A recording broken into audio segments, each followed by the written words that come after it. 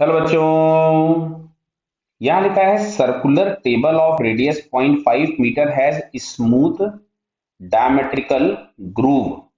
A ball of mass 90 gram is placed inside the groove along with spring whose constant is 10 raised to the power 2 Newton पर centimetre. जरा जाग जाएं, पर centimetre दिया हुआ है. गलत कराने के लिए आपको सबसे पहले यहाँ पे हम के लिख लेते हैं तो ये हो जाएगा 10 raised to the power 4 newton per metre. Clear है? चलिए आगे बढ़ते हैं.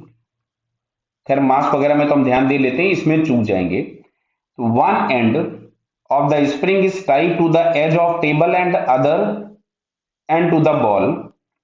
The ball is at a distance 0.1 metre from the centre.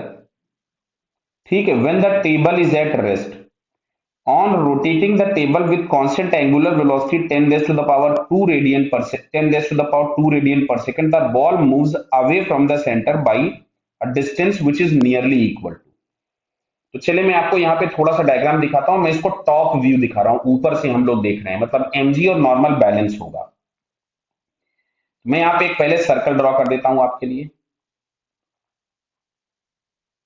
Clear? अब देखिएगा, ध्यान से समझना बेटा, जल्दी नहीं अपने को. यहां कहीं पे सर्कल का सेंटर है और इस तरह से एक ग्रूव बना हुआ है. मतलब ये यहां पे एक ग्रूव है. ग्रूव समझ रहे हैं? कोई भी लकड़ी हो उसमें अगर हम लोग एक लाइन ड्रॉ कर दें, गड्ढा कर दें, कोई भी एक पतला सा, उसको हम लोग ग्रूव बोल सकते हैं. यहां कहीं पे ये ऑब्जेक्ट है, ये एक स्प्रिंग है इस तरह से, और स्प्रिंग इस एंड पर अटैच्ड है. क्लियर है? तो जैसे ही ये रोटेट करना चालू करेगा, चाहे वो किसी भी तरफ में रोटेट करे, चाहे क्लॉकवाइज चाहे एंटी क्लॉकवाइज, तो इस पार्टिकल पे एक इधर की तरफ में फोर्स लगेगा जिसको हम लोग बोलते हैं सेंट्रीफ्यूगल फोर्स. सेंट्रीफ्यूगल फोर्स हम लोग इस टेबल पे चढ़ के देखेंगे तो दिखाई देगा, जिसकी वैल्यू हम लोगों को मिलेगी एम आर ओमेगा स्क्वायर.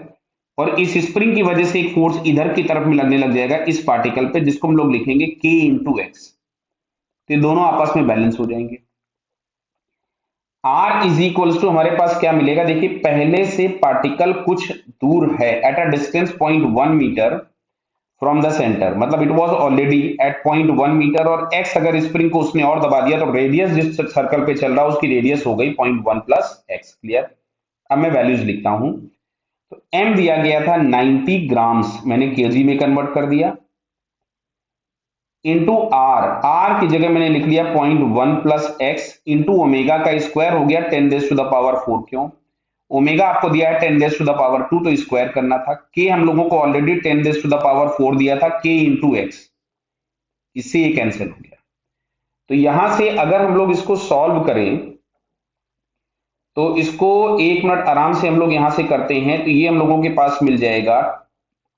इसको कितना लिख सकते हैं? देखिए, ये आ जाएगा 9 into 10 raise to the power -3, अंदर मल्टीप्लाई कर दिया, प्लस यहां से हमारे पास मिलेगा 0.09.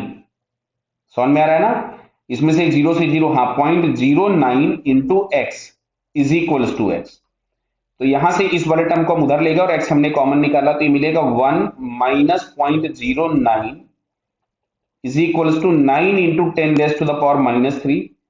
तो मिलेगा x into 0.91 is equals to 9 into 10 raise to the power -2. तो इस x की नियरेस्ट वैल्यू या नियरली वैल्यू जो मिलेगी हम लोगों को, ये यहाँ पे -3 है.